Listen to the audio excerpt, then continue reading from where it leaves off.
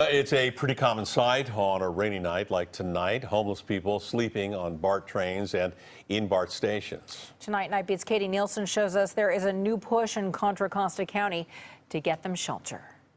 This Richmond BART station is at the end of a line. It's where trains get pulled out of service, and it's also a focus of the new homeless outreach team.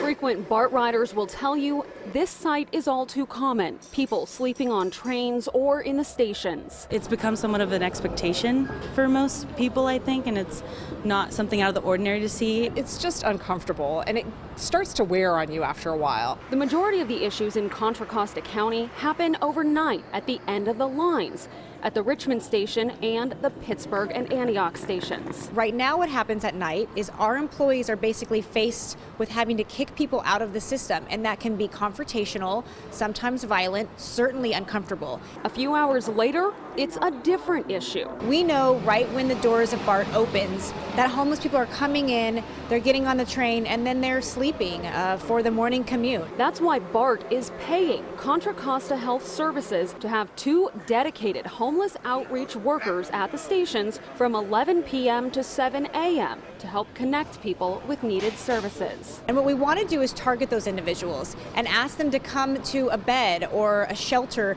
instead of seeking shelter at BART. The same types of teams have been in place in San Francisco since November 2017, and BART says it's working.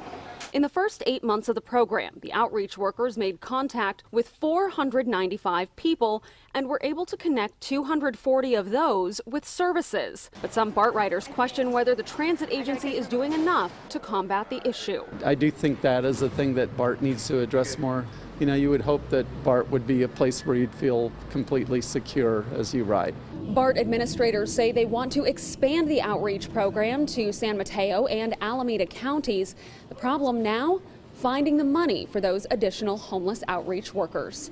On the Night Beat, I'm Nielsen.